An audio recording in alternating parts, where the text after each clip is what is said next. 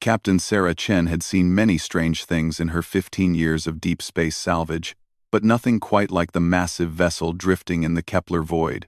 The ship was enormous, easily 3 times the size of her own salvage craft, the Times Lucky Strike asterisk. Its hull was dark metal that seemed to absorb light rather than reflect it, and no identification markings were visible anywhere on its surface. "What do you think, Marcus?" Sarah asked her partner, who was hunched over the sensor array. Marcus Wong shook his graying head slowly. "I'm reading 0 life signs, 0 energy signatures. But the hull is intact, and the atmosphere inside is still breathable. Whatever happened here, it happened fast." Sarah felt the familiar tingle of excitement that came with a big find. Ghost ships were rare, and when they appeared, they usually meant either great treasure or great danger. Sometimes both. "Any distress signals in the databanks?" she asked. "Nothing recent. But I'm picking up something weird from the lower cargo holds. It's faint, but there's definitely something alive down there." Sarah raised an eyebrow. The sensors had said 0 life signs just moments ago. "Define something. Small, about the size of a large dog. Heartbeat is weak but steady. Whatever it is, it's barely hanging on." The decision was easy for Sarah. In her years of salvage work, she had developed a simple rule. Always check for survivors first, profit second. It had cost her some valuable finds over the years, but it let her sleep at night. "Dock us with their cargo bay. Full environmental suits." 30 minutes later, Sarah and Marcus were walking through the eerily quiet corridors of the ghost ship. Emergency lighting cast long, dancing shadows on the walls, and their footsteps echoed in the emptiness. The ship was clearly of Zephyrian design, with the characteristic flowing curves and bio-integrated technology that made their vessels look almost alive. "This is definitely military," Marcus whispered, pointing to blast marks along the walls. "Looks like there was fighting inside the ship." Sarah nodded, but she was focused on following Marcus's scanner toward whatever was alive in the lower holds. As they descended deeper into the ship, the signs of battle became more obvious. Scorch marks, holes burned through bulkheads, and the occasional dark stain that could only be dried blood. "The life sign is just ahead," Marcus said, checking his readings. "Next cargo bay." The door to the cargo bay was partially open, hanging at an odd angle, as if it had been forced. Sarah squeezed through first, her suit's lights cutting through the darkness. The cargo bay was huge, filled with shipping containers and equipment she couldn't immediately identify. "Over here," Marcus called softly. Sarah turned and saw him kneeling beside something in the corner of the bay. As she approached, her lights illuminated what looked like a small cage made of some kind of energy field. Inside the cage was something that made her heart skip. It was a wolf, but unlike any wolf she had ever seen. Its fur was completely white. Not the cream or gray white of Arctic wolves, but pure white, like fresh snow. It was thin, too thin, with ribs showing through its matted fur. But what struck her most were its eyes. They were a brilliant blue, almost glowing in the darkness, and they held an intelligence that seemed almost human. The wolf was lying on its side, breathing heavily. Its water dish was empty, and there was no sign of food. "My God," Sarah whispered. "How long has it been trapped in there?" Marcus was running his scanner over the cage. "The energy field is still active, but it's running on emergency power. Based on the power decay, I'd say it's been at least 2 weeks, maybe 3. The wolf lifted its head slightly when it heard their voices. It looked directly at Sarah, and she could swear she saw recognition in its eyes.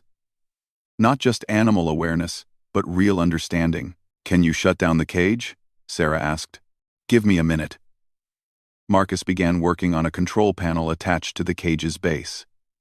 The Zephyrians use biolocks on their containment systems.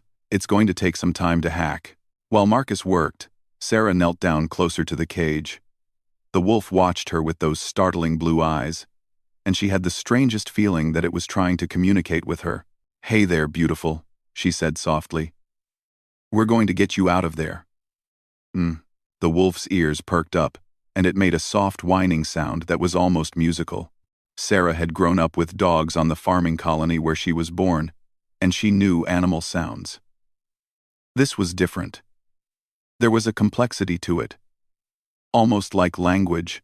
Sarah, Marcus said urgently. You need to see this. She stood and looked at the display he was pointing to. The biolock had a label in Zephyrian text, but Marcus had run it through their translator. Test Subject 47. Lupus sapiens. Experimental neural enhancement. Disposal authorization. Priority alpha. Sarah felt a chill run down her spine.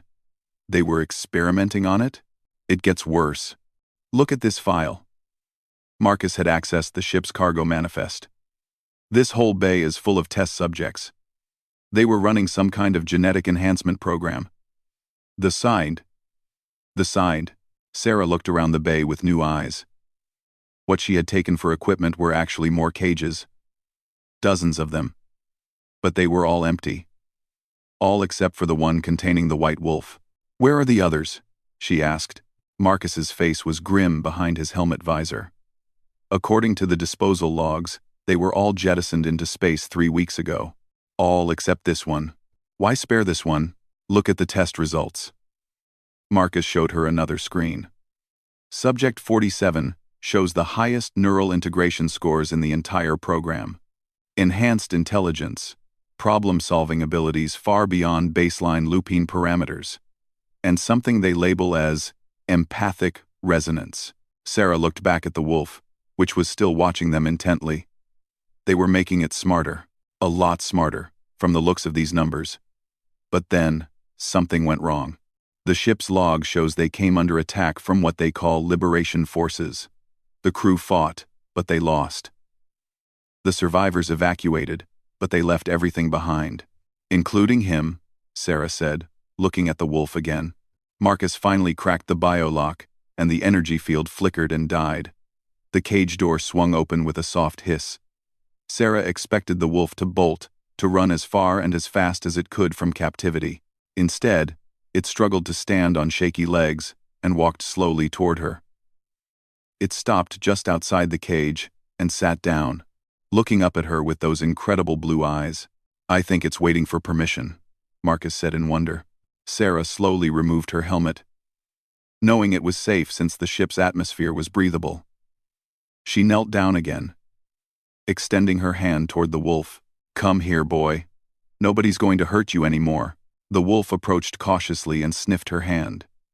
Then, in a gesture that brought tears to her eyes, it gently licked her fingers and pressed its head against her palm.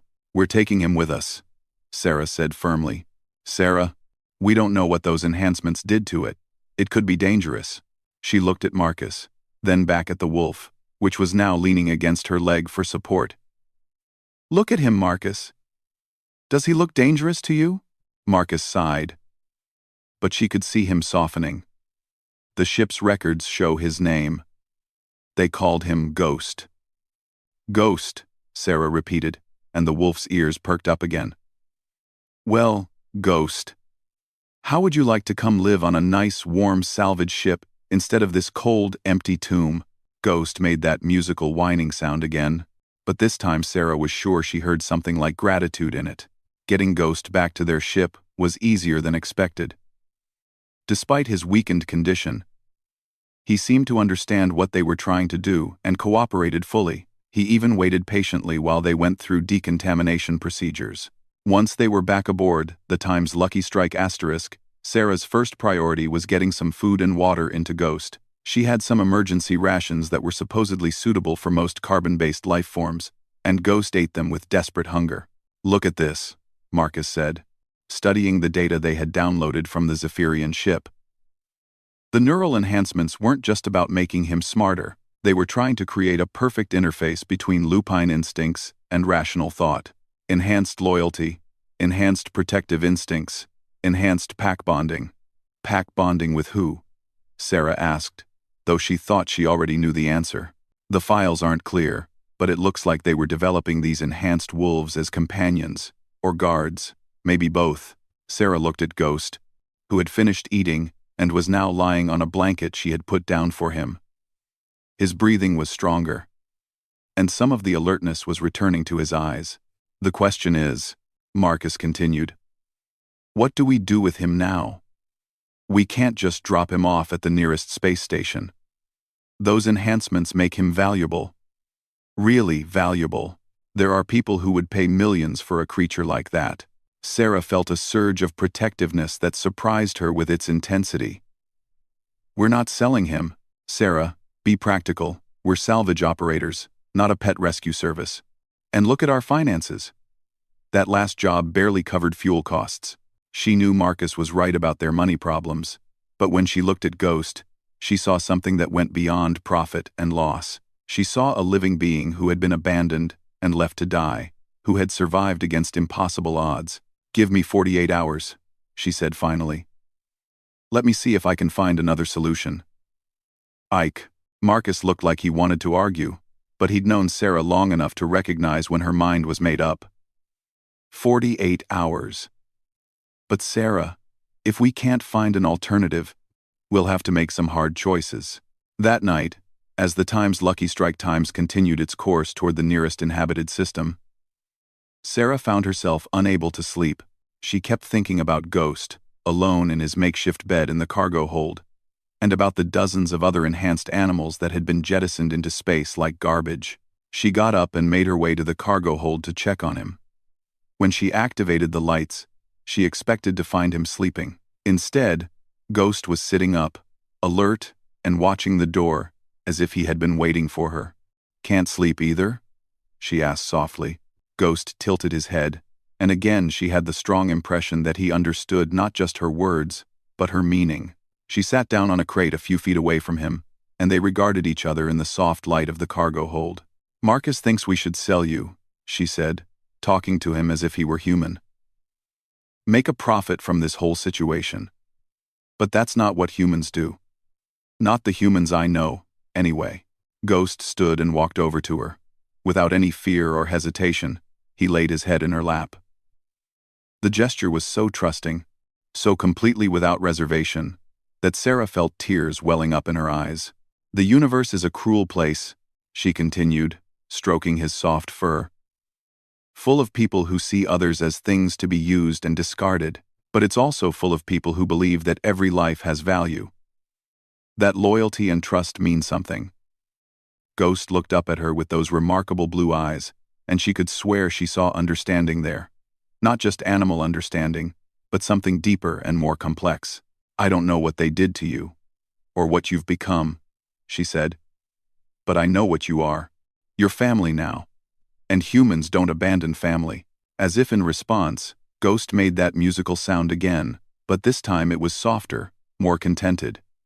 He settled more comfortably against her legs and closed his eyes. Sarah sat there for a long time, stroking Ghost's fur and thinking about the choice she had made. She knew it would complicate their lives, probably cost them money, and certainly bring unknown challenges. But as she looked down at the enhanced wolf sleeping peacefully in her lap, she also knew it was the right choice. It was the human choice. And that, she reflected, was what separated humans from the rest of the galaxy. Not superior technology or greater intelligence, but the simple, stubborn belief that some things were more important than profit.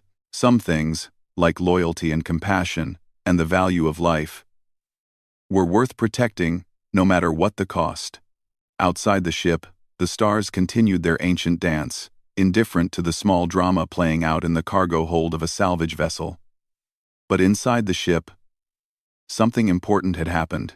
A bond had formed that would change both their lives forever. Ghost slept peacefully, perhaps for the first time since his ordeal began, secure in the knowledge that he was no longer alone, and Sarah watched over him, already planning how she would protect this remarkable creature from a galaxy that saw him only as a commodity to be bought and sold. The Time's Lucky Strike Times flew on through the darkness, carrying its unlikely crew toward an uncertain future, but also toward the beginning of something extraordinary. 3 days after leaving the ghost ship behind, Sarah began to understand just how dramatically her life had changed. Ghost was recovering faster than any normal animal should, his white fur gaining luster, and his movements becoming more confident. But it wasn't just his physical recovery that amazed her, it was his behavior. He's learning the ship's layout, Marcus observed as they watched Ghost navigate the corridors with increasing familiarity. Yesterday, he got lost trying to find the galley. Today, he went straight there. Sarah nodded, but she was thinking about something else. Ghost had begun responding to spoken commands with an accuracy that went beyond simple animal training. When she said stay close before they approached a potentially dangerous piece of salvaged equipment, he positioned himself exactly where he could watch for threats while staying out of her way. When Marcus mentioned they were running low on water, Ghost had led them to a small leak in the recycling system they hadn't noticed. It's like he understands not just words but concepts, Sarah said. The neural enhancement files mentioned something called linguistic integration, Marcus replied, pulling up the data on his tablet. They were trying to bridge the gap between animal cognition and human language processing. That evening, Sarah decided to test her theory. She was in the workshop, repairing a damaged scanner from their latest salvage, when Ghost appeared at the doorway. Instead of just calling him over, she tried something different. Ghost, can you bring me the small calibrator from the tool rack? Ghost tilted his head, those blue eyes studying her face intently. Then, to Sarah's amazement, he walked directly to the tool rack, examined the various instruments, and carefully picked up the exact calibrator she needed in his teeth. He brought it to her and gently placed it on the workbench. Good God, Sarah breathed. You understood every word of that, didn't you? Ghost made his musical whining sound. But this time it had a distinctly affirmative quality. Marcus, who had been watching from the doorway, shook his head in disbelief. Sarah, that level of comprehension is beyond anything I've seen in enhanced animals. He's not just smart, he's approaching human-level intelligence. Over the following days, their tests became more complex. Ghost could follow multi-step instructions, solve simple puzzles, and even seem to understand abstract concepts like later and maybe. But what impressed Sarah most was his emotional intelligence. When she was frustrated with a particularly stubborn piece of equipment, Ghost would appear at her side, offering silent comfort. When Marcus was worried about their dwindling fuel reserves, Ghost seemed to sense his anxiety and would stay close to him until he relaxed. It's like he can read our emotions, Sarah told Marcus one evening as they shared dinner in the galley. Ghost was lying nearby, content to be close to his new pack. The files mentioned empathic resonance, Marcus reminded her. Maybe they enhanced his ability to pick up on emotional cues. This is more than picking up cues. Yesterday, when I was thinking about my sister back on New Terra, he came and put his paw on my hand. I hadn't said anything, hadn't changed my expression. He just knew I needed comfort. Marcus was quiet for a moment. Sarah, we need to talk about what happens when we reach Kepler Station. Sarah had been dreading this conversation. Kepler Station was their next scheduled stop, a major trading hub where they typically sold their salvage and restocked supplies. It was also the kind of place where unusual and valuable creatures attracted attention. We're not selling him, she said firmly. I'm not talking about selling him. I'm talking about protecting him. Word is going to get out about what we found. The Zephyrian military will want him back, and there are plenty of others who would pay anything to get their hands on an enhanced wolf. Then we don't stop at Kepler Station. Marcus sighed. Sarah, we're almost out of fuel. We need supplies, and our salvage rights for the ghost ship need to be registered, or we'll lose legal claim to anything we found. Ghost suddenly lifted his head, his ears pricked forward in an alert position. A moment later, the ship's proximity alarms began to sound. What is it? Sarah asked. But Ghost was already moving toward the bridge, his body language tense and wary. They followed him and found the source of his concern immediately. 3 ships were approaching on an intercept course, their transponder signals identifying them as Zephyrian military vessels. How did they find us? Marcus asked, his fingers flying over the communications console. Unknown vessels. This is Commander Thex of the Zephyrian Defense Fleet. You will prepare to be boarded for inspection.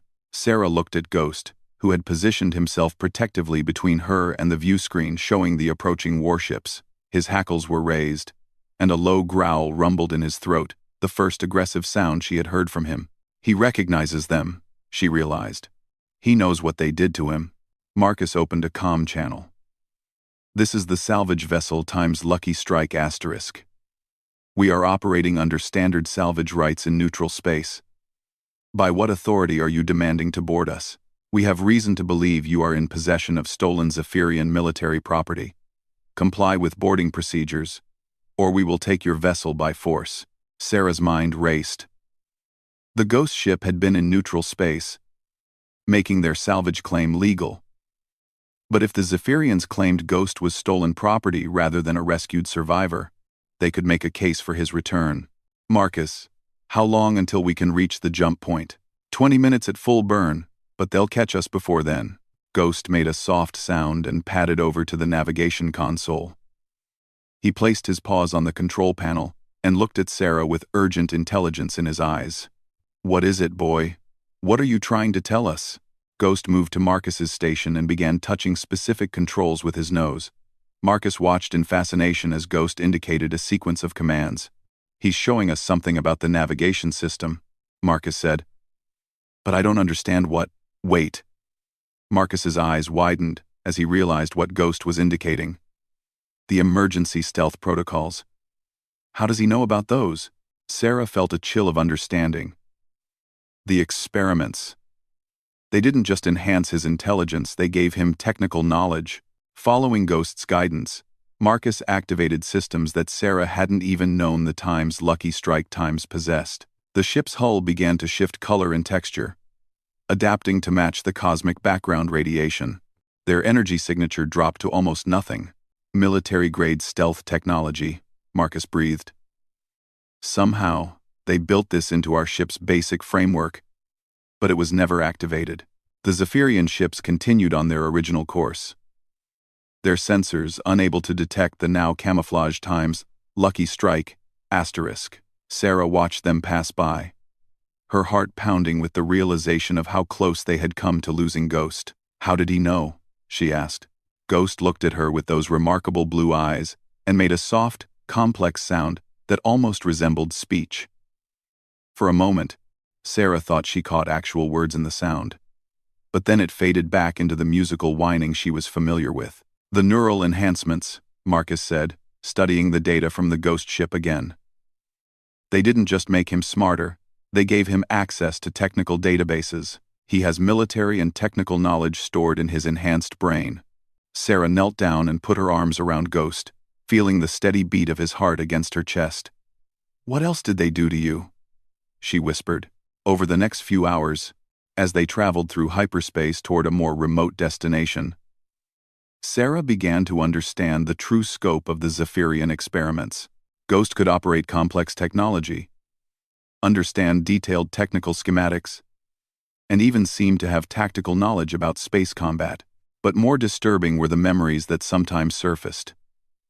Ghost would occasionally freeze, his eyes distant and fearful, as if reliving traumatic experiences.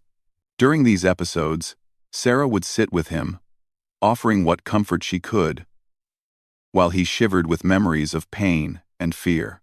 They tortured him, Sarah said to Marcus during one such episode. The experiments weren't just about enhancement, they involved suffering. Marcus nodded grimly. The files mentioned something called stress response conditioning. They were trying to create soldiers, not just companions. Well, they failed, Sarah said, stroking Ghost's fur as he gradually calmed down. They created someone gentle and loyal and brave. Everything they probably didn't want in a weapon. That night, as Sarah sat in her quarters reading technical manuals, Ghost appeared at her door. Instead of just lying down nearby as he usually did, he approached her desk and gently took one of the manuals in his teeth. What are you doing? Sarah asked. Ghost placed the manual on the floor and used his nose to flip through the pages. When he found what he was looking for, he looked up at her and made an urgent sound. Sarah looked at the page he had selected. It was about emergency life support modifications for extended deep space travel. Ghost began touching specific diagrams with his nose, and Sarah realized he was trying to communicate something important. You're trying to tell me something about life support, she said. But our systems are working fine. Ghost shook his head like a human would, and continued pointing to specific technical details. Finally, Sarah understood. You're not talking about our current systems. You're talking about improvements. Working together, with Ghost providing technical guidance through an amazing combination of gestures, sounds, and careful manipulation of tools, Sarah spent the next several days upgrading their ship's life support systems. The modifications were elegant and efficient, extending their operational range by months and improving the reliability of critical systems. He's not just remembering technical information, Sarah told Marcus. He's innovating, improving on existing designs. Marcus shook his head in wonder. The Zephyrians created something beyond their wildest dreams, and they were too stupid to realize it. But their peaceful routine was interrupted when they received an encrypted message on a frequency that Ghost somehow knew to monitor. The message was brief and chilling. The package has been located. Extraction teams are en route. Maintain distance until recovery is complete. They're still hunting us, Sarah said. Ghost moved to the communications console and began operating it with a skill that should have been impossible. Within minutes, he had accessed military communication networks that Marcus hadn't even known existed. He's hacking their communications, Marcus said in amazement. The intelligence Ghost gathered was sobering. The Zephyrians weren't just sending one ship, they were mobilizing an entire task force. They had classified Ghost as a critical military asset and authorized lethal force to prevent his capture by enemy forces. Enemy forces, Sarah repeated. They think we're spies or terrorists. Ghost made a sound that Sarah was beginning to recognize as his version of laughter, a soft, huffing noise that somehow conveyed amusement. He moved to another console and began displaying files he had apparently stolen from the Zephyrian networks. The files revealed the truth about the liberation attack on the Ghost ship. It hadn't been random, it had been a rescue mission organized by a coalition of species that had learned about the enhancement program. The Zephyrians had been capturing and experimenting on intelligent species from across the galaxy. They were creating slave soldiers, Sarah realized. Enhanced beings programmed to be loyal to the Zephyrian military. But the files also revealed something else. Ghost wasn't the only survivor. Scattered across the galaxy were other enhanced beings. Some still in captivity. Others living in hiding. They were part of an underground network, using their enhanced abilities to rescue others and resist the Zephyrian enhancement program. Ghost accessed another set of files and showed Sarah a star map with dozens of marked locations. Each mark represented either a facility where experiments were being conducted, or a safe house where rescued subjects had found refuge.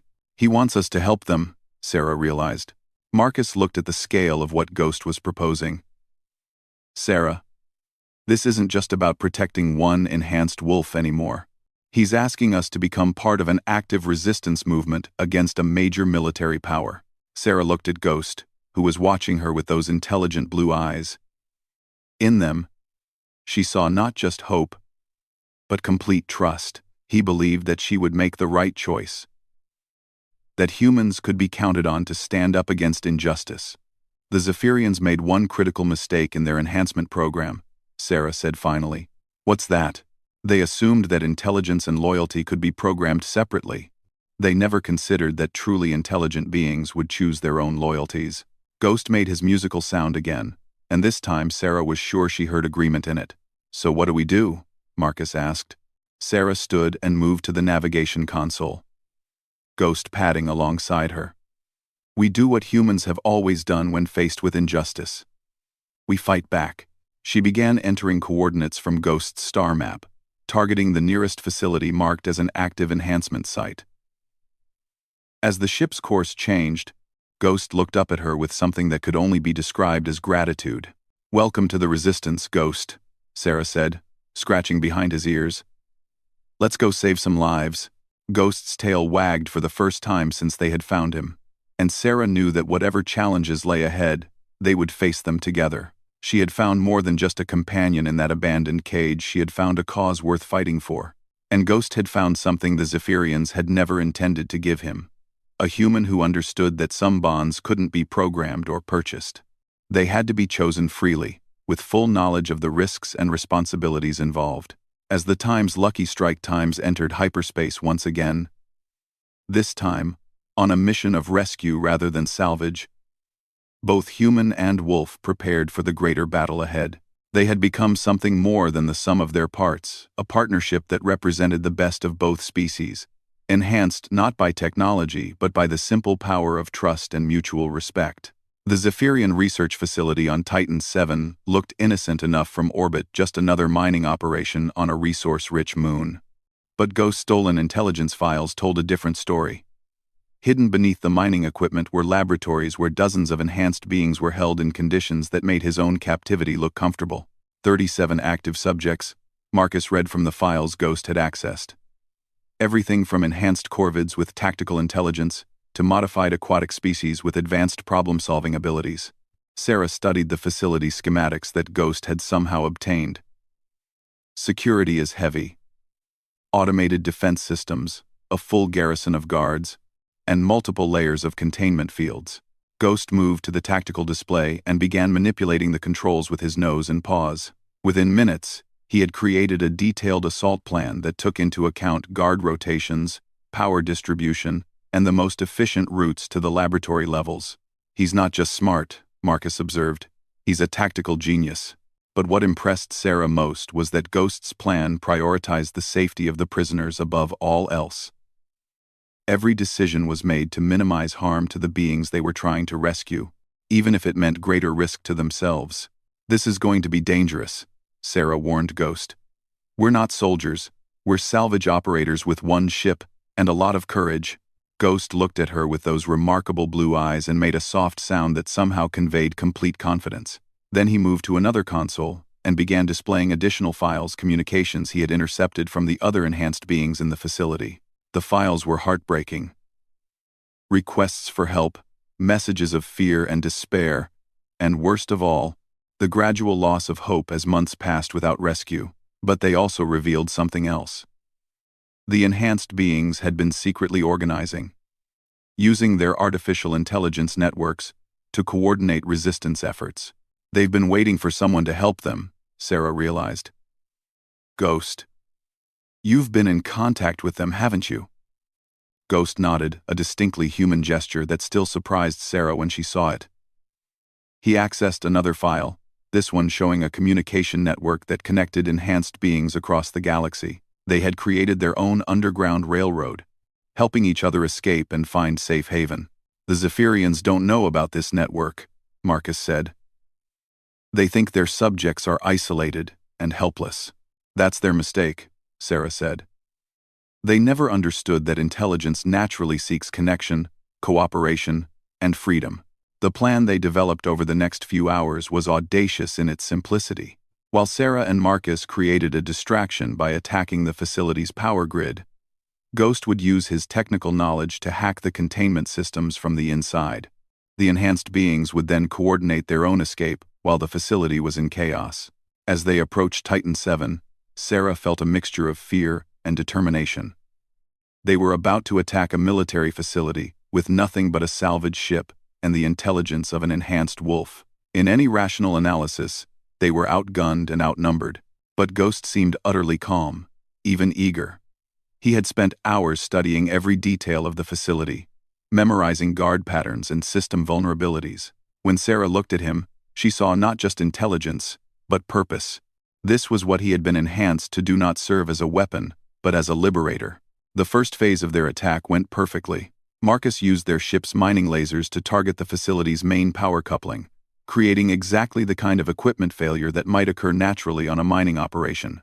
As emergency power kicked in and guards rushed to investigate the damage, Ghost was already moving through the facility's ventilation systems.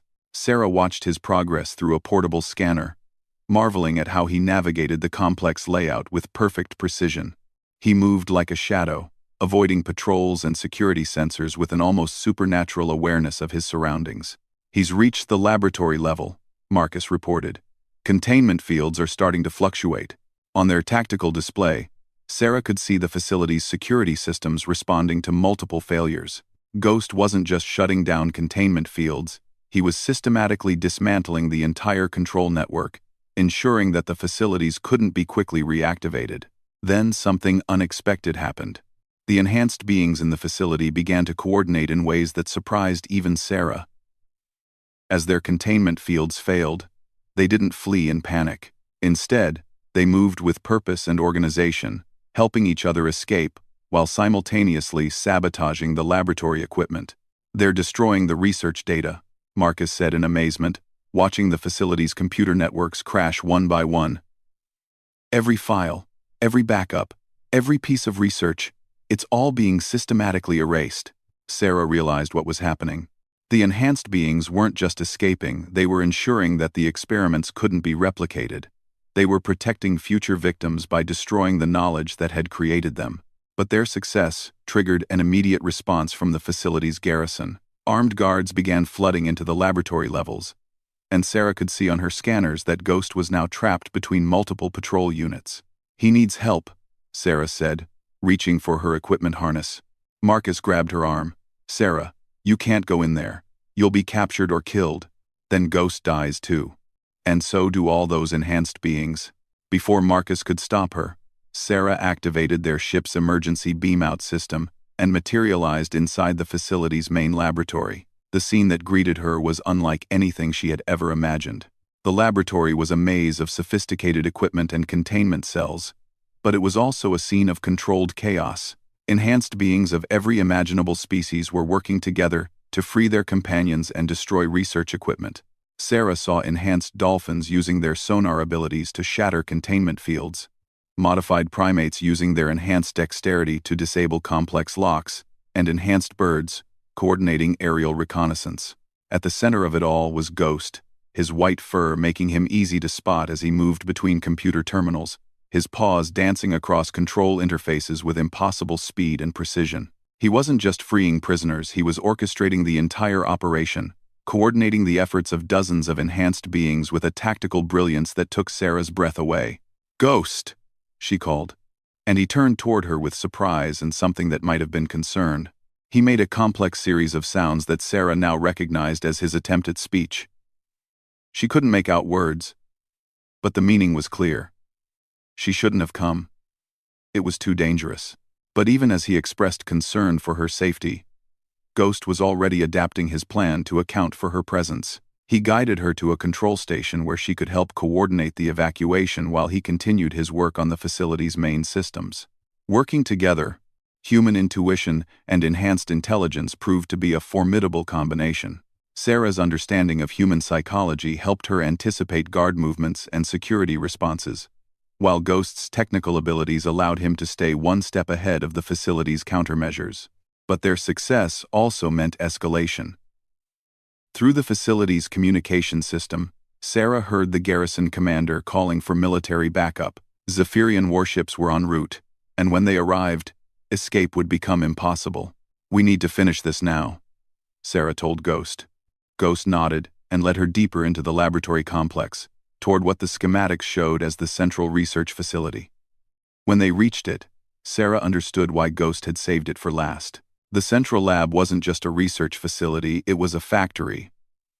Automated systems were producing enhancement serums on an industrial scale, preparing for the expansion of the program to thousands of new subjects. Rows of containment pods stood ready to receive victims from across the galaxy. "This is what they were really building," Sarah said in horror. "Not just enhanced beings, but an entire slave army."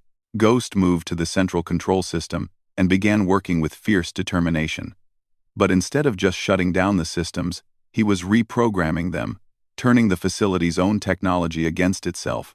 The enhancement serums were being chemically altered, the containment pods were being programmed to release any future prisoners automatically, and the research databases were being infected with viruses that would spread to other Zephyrian facilities. "You're not just destroying this facility," Sarah realized. "You're sabotaging their entire program." Ghost looked at her with those brilliant blue eyes, and for a moment she saw not just intelligence, but something deeper. Purpose. Justice. The determination to ensure that what had happened to him would never happen to others. But their work was interrupted by the sound of heavy footsteps and shouting voices. Zephyrian soldiers were closing in on their position, and there was no way to reach the evacuation point before being caught. Ghost made a decision that surprised Sarah. Instead of fleeing, he moved to the facility's main communication system and began broadcasting on emergency frequencies. But he wasn't calling for help, he was sharing everything he had learned about the enhancement program with the galaxy at large. The stolen files, the evidence of torture and enslavement, the industrial scale of the operation, all of it was being transmitted to news networks, government databases, and resistance cells across known space. The Zephyrian enhancement program was being exposed to the entire galaxy. "You brilliant wolf," Sarah breathed. "You're making it impossible for them to continue this in secret." The facility commander's voice crackled over the communication system. "Surrender immediately, or we will use lethal force." Sarah looked at Ghost, who was still working frantically to upload the final data files. They had perhaps minutes before the soldiers reached them, and Ghost was choosing to spend those minutes ensuring that his sacrifice would matter. But Ghost had one more surprise. As the last file finished uploading, he activated a final program that he had been preparing throughout their mission. Every enhanced being in the facility, and those who had already escaped, received simultaneous downloads of tactical information, safe house locations, and contact codes for the resistance network. "You're not just freeing them from this facility," Sarah realized. "You're giving them everything they need to free others." Ghost made his musical sound one last time, but now Sarah was certain she heard actual words in it. "Thank you." The laboratory doors burst open, and Zephyrian soldiers poured in with weapons drawn. But instead of finding trapped fugitives, they found something that none of their training had prepared them for. A human woman standing calmly beside an enhanced wolf. Both of them completely unafraid. "I am Captain Sarah Chen of the Independent Salvage Vessel × Lucky Strike *", Sarah announced in a clear, steady voice.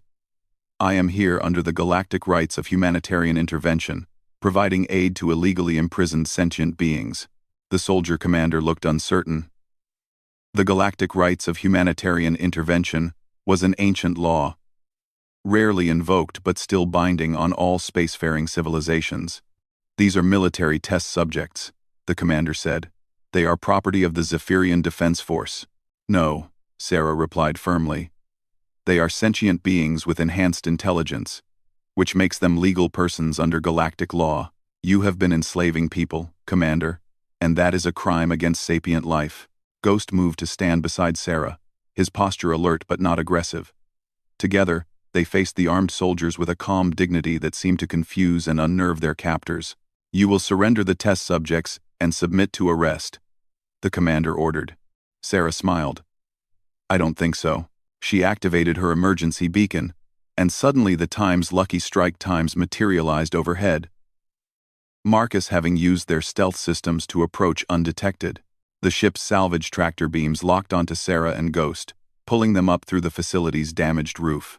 As they rose toward the ship, Sarah could see enhanced beings escaping in all directions, using the chaos of the facility breakdown to disappear into the moon's rocky terrain. The resistance network that Ghost had activated was already working, providing extraction and safe passage for the escapees. Aboard the Time's Lucky Strike *, Sarah and Ghost were reunited with Marcus, who looked like he had aged 10 years in the past few hours. "The Zephyrian fleet is here," Marcus reported. 6 warships in a blockade formation. "They're demanding our surrender." Sarah looked at Ghost, who moved to the communication console with purpose. He activated the ship's transmitters and began broadcasting on all frequencies. But this time, he wasn't just sending data, he was speaking. The sounds that came from Ghost were like nothing Sarah had ever heard. They started as his familiar musical whining, but gradually became more complex, more structured. And then, impossibly, they became words. "My name is Ghost," he said, his voice somehow both lupine and unmistakably intelligent. "I speak for the enhanced."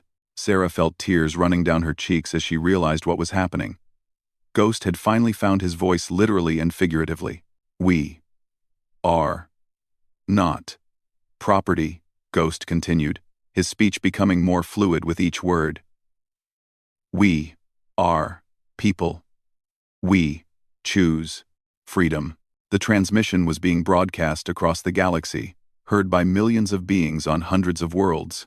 The Zephyrian Enhancement Program was being exposed not just through stolen files, but through the testimony of its victims. I was tortured, Ghost said, his voice growing stronger and more confident.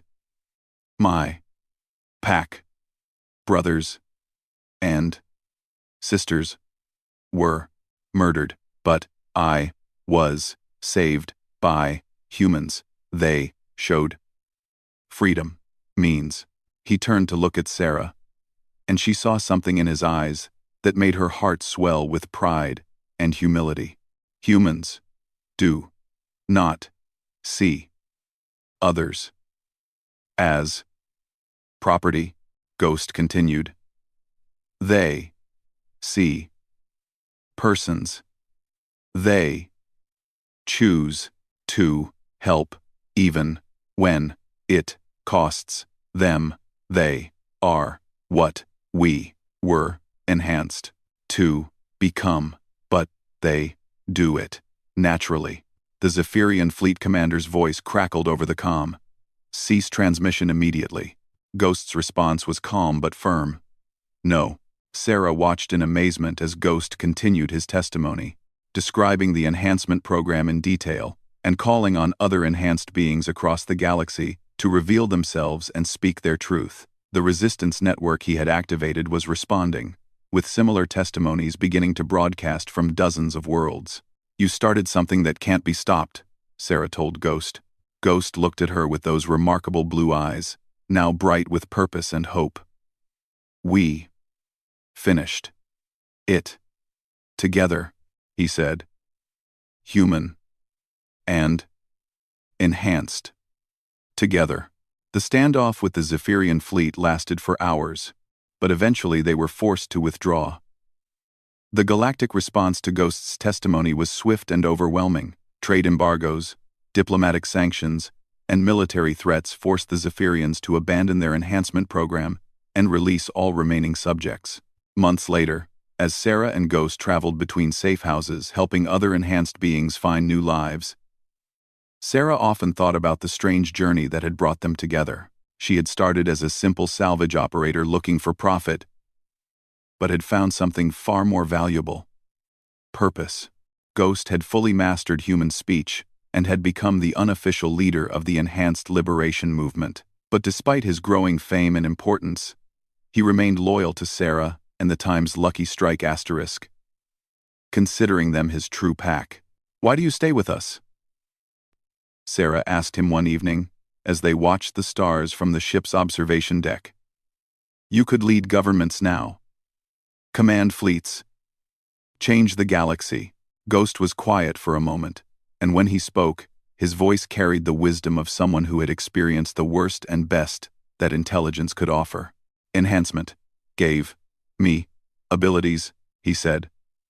But humans gave me choice. Without choice, intelligence is just a prison with better walls. He looked at Sarah with that familiar expression of trust and affection. You showed me that being enhanced is not about what you can do. It is about what you choose to do. Sarah scratched behind his ears, still amazed that the malnourished wolf they had found abandoned on a ghost ship had become one of the most important voices for freedom in the galaxy. What do we choose to do next? She asked. Ghost's tail wagged, and his eyes sparkled with the anticipation of new adventures. We help others find their pack, he said. We show to them what humans showed me.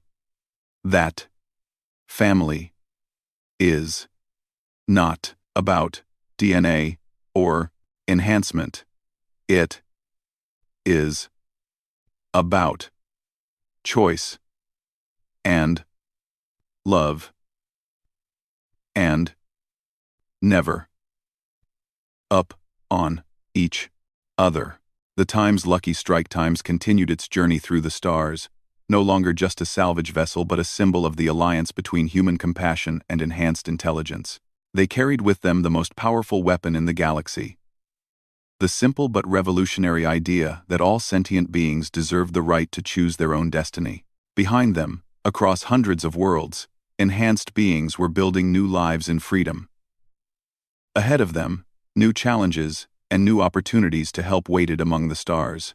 And at the heart of it all was the bond between a human and a wolf, proving that the greatest enhancements to intelligence and ability weren't technological, they were moral.